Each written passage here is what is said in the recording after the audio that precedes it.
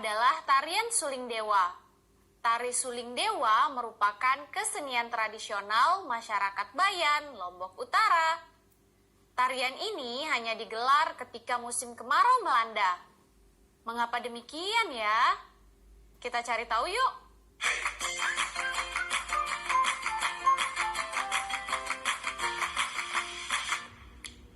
Halo adik-adik, jumpa lagi dengan Kak Indah. Adik-adik, bangsa Indonesia terdiri dari beraneka ragam budaya. Salah satunya adalah pada tarian.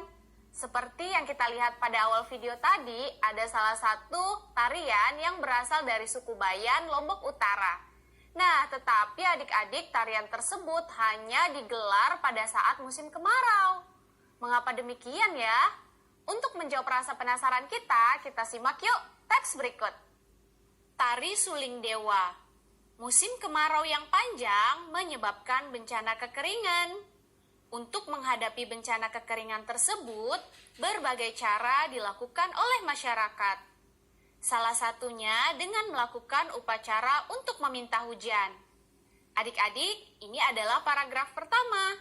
Kira-kira informasi penting apa ya yang bisa kita temukan pada paragraf pertama? Ya, informasinya, musim kemarau yang panjang menyebabkan bencana kekeringan. Kita lanjut ya ke paragraf kedua.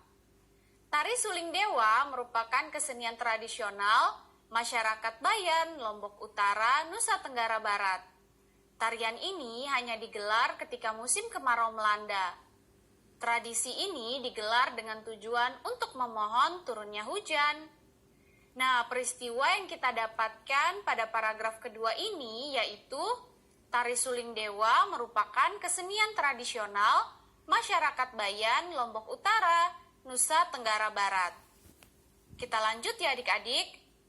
Tiupan seruling dewa ini diyakini masyarakat adat Bayan mampu menurunkan air dari langit dan memberikan babak kehidupan yang baru. Suling dewa yang tidak diketahui usianya ini hingga kini masih dikeramatkan sebagian masyarakat adat Lombok Utara. Dimainkan pada saat-saat tertentu, seperti pada saat prosesi adat Gawe Alif, musim kemarau, atau selamatan desa. Nah, di paragraf yang ini kira-kira kita bisa dapat peristiwa apa ya adik-adik? Ya, kita bisa mendapatkan informasi yaitu tiupan seruling dewa diyakini masyarakat adat Bayan mampu menurunkan air hujan dan membawa keberkahan. Kita lanjut lagi ya. Sebelum tarian berlangsung, masyarakat Bayan perlu menentukan hari, waktu, dan tempat yang tepat untuk menggelar tarian ini. Selain itu, masyarakat Bayan juga menyiapkan sesaji berupa kembang, makanan, dan kapur sirih. Kapur sirih ini menjadi komponen yang paling penting dan dipercaya dapat mendatangkan hujan. Nah, di paragraf yang terakhir ini kita menemukan informasi persiapan yang perlu dilakukan sebelum menggelar tari suling dewa, yaitu menentukan hari, waktu, dan tempat.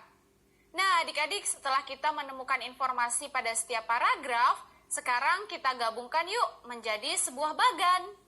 Kita urutkan ya dari yang pertama. Musim kemarau yang panjang menyebabkan bencana kekeringan.